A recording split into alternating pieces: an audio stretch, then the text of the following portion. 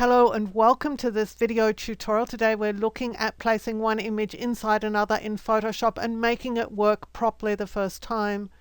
I have an image open here and I have a texture here. Now they're in the same relative proportions, but things are not going to look so good when I put this image on top of the other one. I'm going to drag the background layer out of this image, hover over the tab for the second image, and then if I hold the shift key, the image, the texture is going to be placed centered on top of this image. So I'm just going to let go.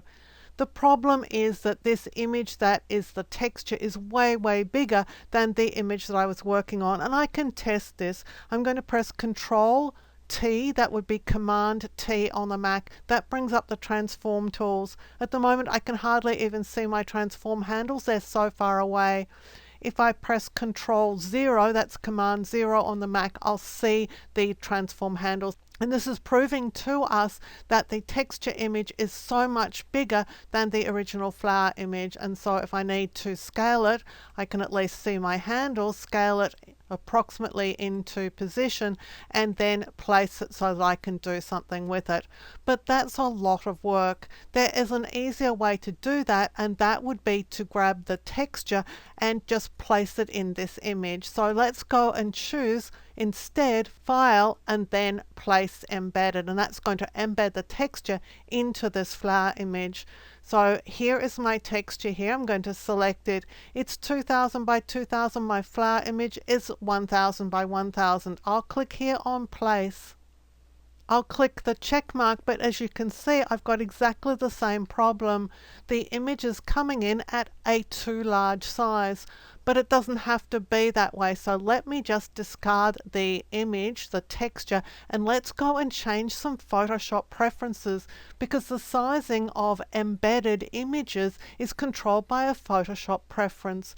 I'll choose Edit and then Preferences. On a Mac you would choose Photoshop and then Preferences and go to the General area.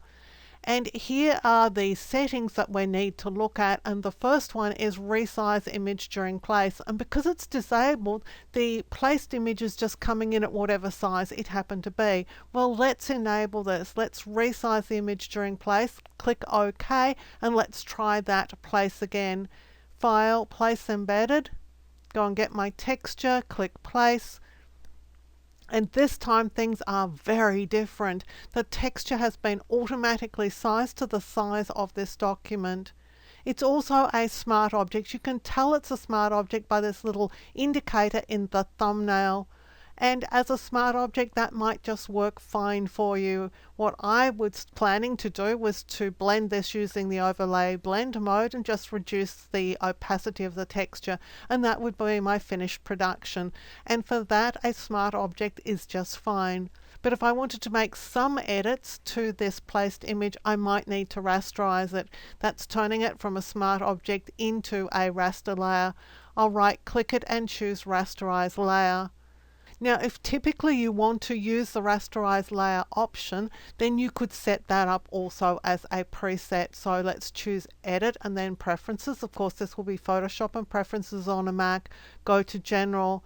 This is the setting that is controlling the smart object, because it says always create smart objects when placing. And because we chose Place Embedded, then we're creating a smart object in that process. If you don't want a smart object, just disable this option. You'll also see an option here for Skip Transform when placing. Let's have a look at that. I've got it disabled, so we're not going to skip it. Let's see what that means. Let's just get rid of that texture and let's go and do that again. File, Place Embedded. Grab the texture, click Place. This is the transform, and you can see that we have to go past this selection to be able to do anything with our image. Well, if we turn that feature off, the image is just going to pop in there automatically. So let's choose Skip Transform when placing. Click OK. Let's go back and embed that same image. And now we don't have that transform selection on the image. It's automatically placed in place, and we're ready to go ahead and do something with it. Now, just briefly before we go, I'm going to delete that texture. The texture that I was using was square and my image is square. Let's see what happens when we choose a texture that's not square. File, Place Embedded. I'm going to choose one of these textures that is in landscape orientation. I'll click it and click place.